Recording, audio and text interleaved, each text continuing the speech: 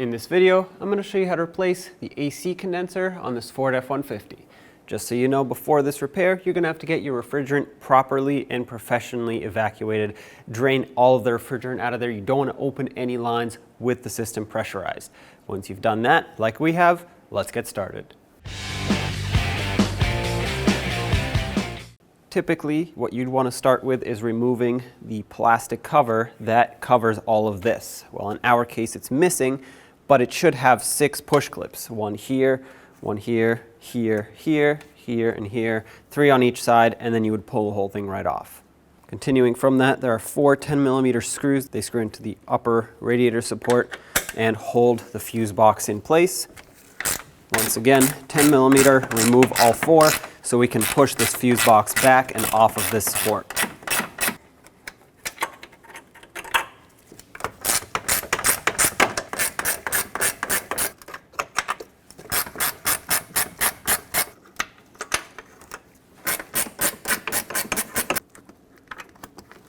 Pull this up and push it back. You can use a bungee cord if you want to tie it out of the way.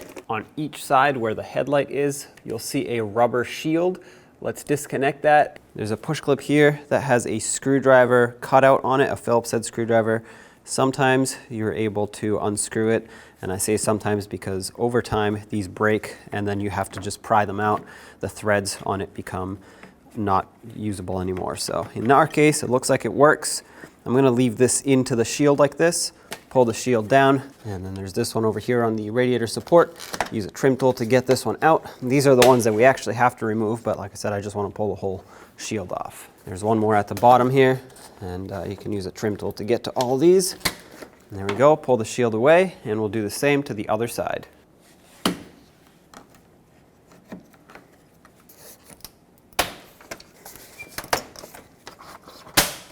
Here in this area, we have to remove a few things such as the horns, the hood latch cable, and this temperature sensor. Let's start with the hood latch. It's got 2 little clips, or tabs, I guess, that lock it in. If you just press those, you should be able to slide the cable through, up and over, and unhook it. Pop it off of this radiator support. While I'm here with the trim tool, I'm just going to pop this off and set it aside. I'm not going to disconnect the hood latch cable off of this. I'm just going to take off this whole retainer off of the AC condenser bracket, and I might as well unplug the horn assembly now. We can set this aside, and with a 10mm socket, remove the horn assembly. Tilt it up and out. Now let's disconnect the transmission cooler. It's got 1 hose on each side, and then a couple plastic clips. It doesn't matter where you start, just make sure you have a collection bucket underneath because some fluid will come out. This cooler is technically full of fluid. Obviously, as long as you have fluid in the system here, which there should be. But take the clamp down with some pliers, pull this clip off on the other side, slide it up and out of the way, break this hose free, slide it out on this side. Okay, and now we can disconnect the lines.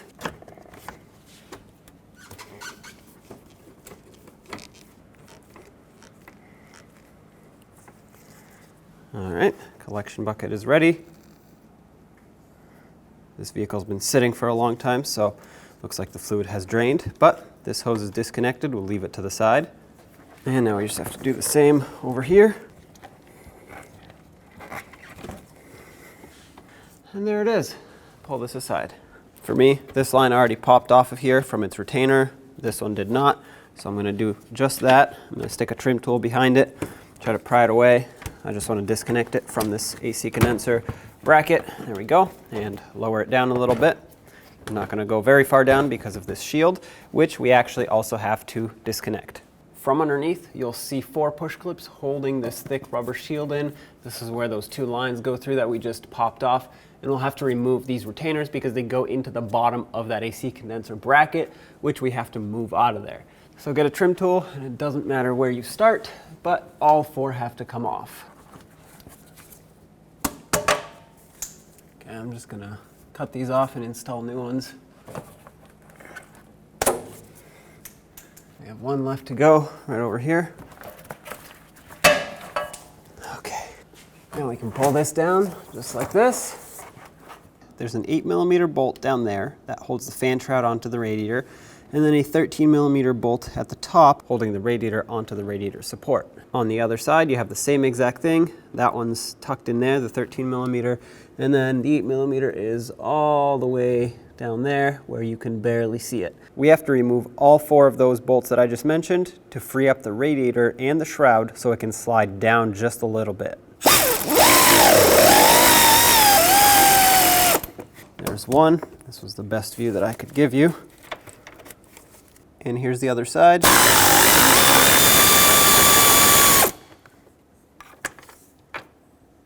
There it is. And for the big 13mm bolt at the top, just push this line out of the way.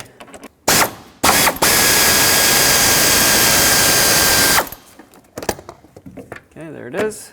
And other side.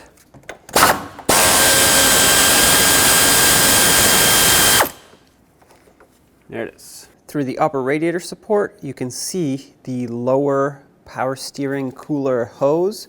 That's the return hose. It goes from the reservoir right to the cooler. If you don't have a hose clamp tool, the special tool, you might have to remove that upper radiator hose or other things out of the way to get to this clamp, unfortunately. I have the tool, so I'm going to use it. What this does is it just squeezes the clamp like that and locks in the open position. I'm going to leave it like this, and with the clamp loose, we should be able to pry that hose off of there. Grab it from underneath and pull on it gently. Use a pry bar or screwdriver to help it along. Don't damage anything though. You can't even reach it from the top. Okay, slide that clamp out of there to make room for the hose.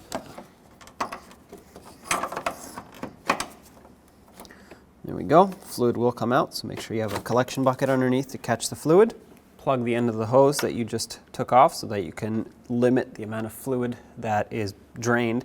You can use an old spark plug if you have one. I know this one's not actually used, but it's not going to be used. This is basically what I keep it for, is to plug the end of hoses. Now let's disconnect the other line. Try to spin this clamp around so you can get to it a little bit better. Open it up. This hose is somewhat swollen, so unfortunately I can only go this way with it, not the other way, but that's okay. At least it's off of there. That's the goal here. And now you can take anything that you have to pry, and I'm just going to use this trim tool. Slowly pry this hose off. I don't have much space here to grab onto it. Stick the pry bar through that same opening in the upper radiator support, and just push the hose back. That should slide it off all the way. More fluid will come out, keep that in mind. There we go. Hose was not damaged. Just gonna leave this like that. Make sure you don't lose that clamp. This same power steering line here is clipped onto the AC condenser bracket at the top. We'll have to unclip it or remove the retainer so that we can pull this bracket out of here. There we go. Get that out of there. On the passenger side of the AC condenser, it's now time to disconnect the 2 lines. At the top, you'll see this one with a 10mm headed bolt on it. Break this free, remove the bolt, and we'll pull the line off. Just as a little disclaimer, if the place that you had your refrigerant evacuated at pulled a vacuum on the system, as soon as you pop off this first line, you'll hear a hissing noise.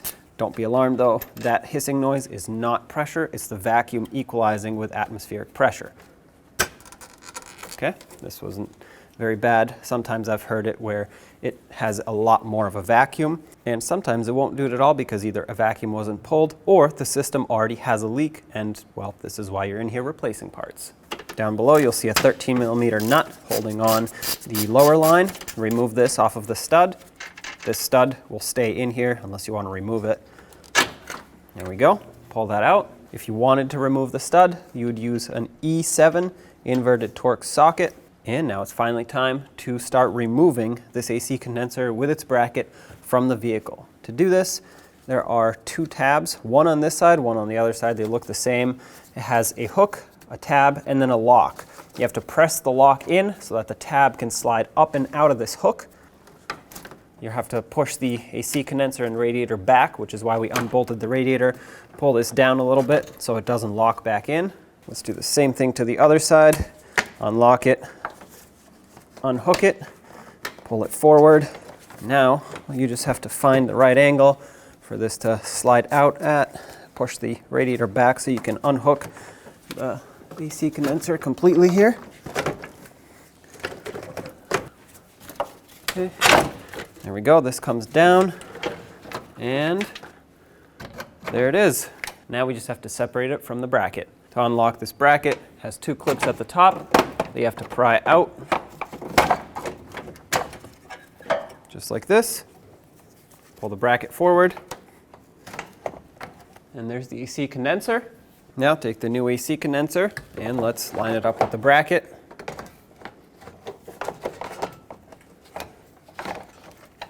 The bracket should just slide on both sides and clip up and over the top here. That's one and two. Bracket's installed. And now we just have to reverse the process. So slide this whole assembly down. Make sure all of these lines and hoses are out of the way. Make sure you're not pinching anything on this side. We're gonna have to slide it up and hook the AC condenser bracket into the radiator. There isn't a special trick to getting this up here. It's all about finding the angle for it to slide up. Okay, there we go. Finally got it. On this side, it looks like it wants to line up. So I'm gonna lock it in. The top tab right here is also locked in, so that's perfect. And now we'll do the same on this side. Make sure they're both lined up. And there you go. At the top, it's also lined up. At the top, you have these hooks right here. These are lined up with the radiator. Everything is flush just like it was before, so that's perfect. The new condenser will have two plastic caps, one on each end where the lines connect. Let's get those off of there and connect the lines. You want this system open for as little time as possible because the longer it's open, the more moisture makes its way in there, and we're trying to avoid that. So remove these 13mm headed bolts. Take this out, remove this plug, inspect and replace your O-ring if necessary. Slide the line in, make sure it goes in nice and smooth, and make sure it gets bottomed out completely by hand. You don't want to suck it in with the bolt, that could damage things. Take the bolt, put it in, and let's snug it up. Okay, once it's bottomed out, I'm going to give it about 1/8 of a turn, make sure it's nice and snug, and then we'll move to the lower line. Same over here, remove this bolt that it comes with. This one also is used just to hold on this cap. Here you can either reuse your old stud or install a new one. I happen to have a new one, and the thread pitch for it is M8 by 1.25. Mine has a 5mm cutout on the end of it, so I'm just going to use a ratchet, install it, just bottom it out all the way. You don't need to tighten this a lot because when you put the nut on, it'll actually want to pull both ends of the stud, and it'll basically automatically tighten on both sides. This is bottomed out right here. Give it a little extra and just stop right there. Now we can grab the line, slide it over.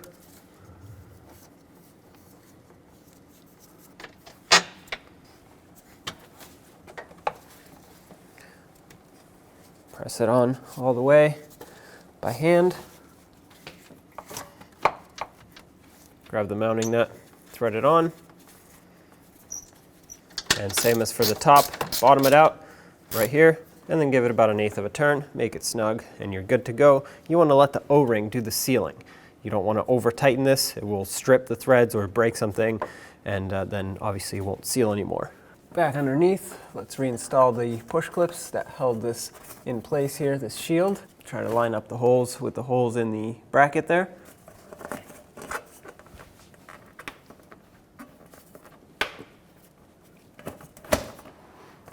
Just put back all of the ones that you have. Now let's get this upper hose connected, the power steering hose. I'm using the line to kind of guide it in place. Make sure you slide it on all the way, and we'll need to grab that clamp and squeeze it so I can actually see it all the way. As you can see, it's just waiting over here. Okay, now it's time to grab the clamp, squeeze it, try to get it up and over the hose. My needle nose pliers keep slipping, so I'm just going to use these hose clamp pliers. Hopefully these can get a better grip on it.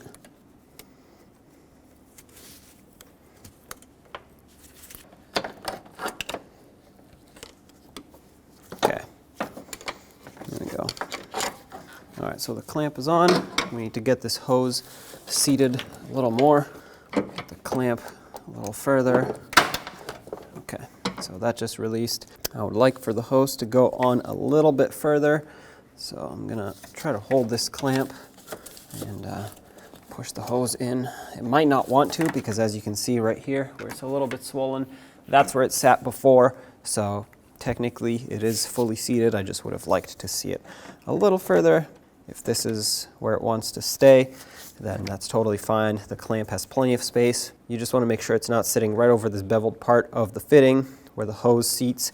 And you want to make sure there's plenty of room here. I have a couple millimeters left before the end of the hose. You don't want it right on the edge because it can pop off over time. I'm just going to give this one more push.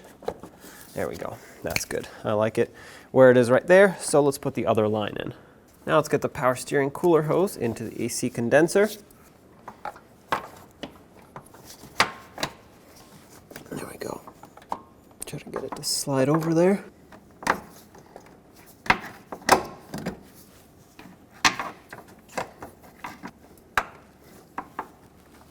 Push that hose in all the way. And now we're going to use the hose clamp pliers and grab onto that clamp, slide it on, make sure that hose is locked in nicely. Right about here is where I want it, right in the middle. And there we go, hose is locked on. Now let's get the transmission cooler in. Press this hose all the way onto the fitting. Make sure it's bottomed out all the way like that. While I'm here, I'm going to put the clamp back on. While I'm here, I'm just going to put this clamp back on. Okay, slide it down right about halfway between the end of the fitting and the end of the hose. Let's do the same on this side. Slide the hose in all the way. Okay, that's bottomed out. Let's get the clamp resecured. Okay, and get it right about halfway. Let's hook this side in first. Slide it into its retainer over here, and on this side as well, just like this. That's installed. Let's resecure these lines over here, this one as well. And over here, let's resecure this harness. Moving up, resecure the ambient air temp sensor. Resecure the hood release cable, and let's reconnect it. To do that, all you have to do is just slide it right back in. Let's mount the horns.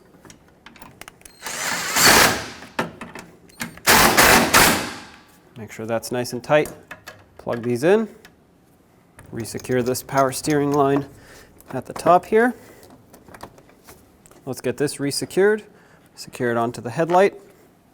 And on the AC condenser bracket, this is going to be the tricky part because you have to squeeze your hand back here and press the push clip on.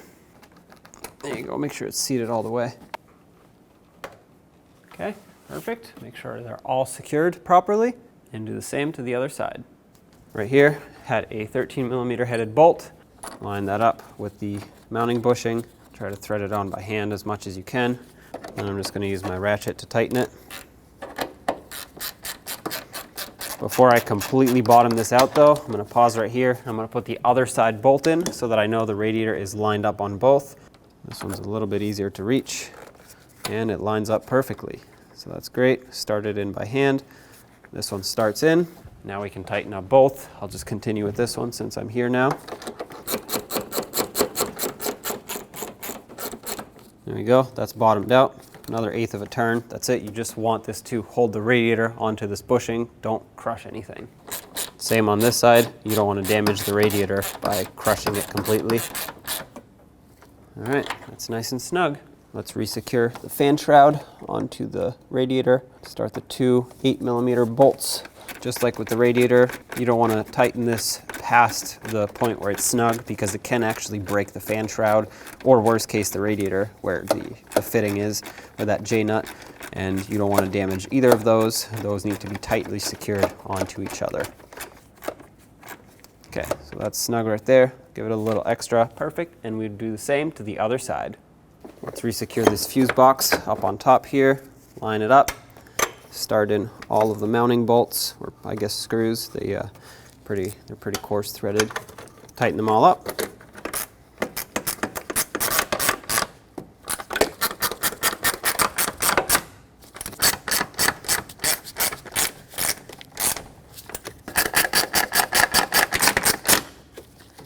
All right, so with that tight, if you had another cover that went up here, I don't, mine's missing, you would put that on at this point. At this point, you would go back to your local shop and have the AC system professionally recharged. It is important that the proper amount of refrigerant makes its way back in so that you can actually have it functioning properly. If it's too much, it'll overpressurize and it'll shut off, and if it's too little, it won't work very well.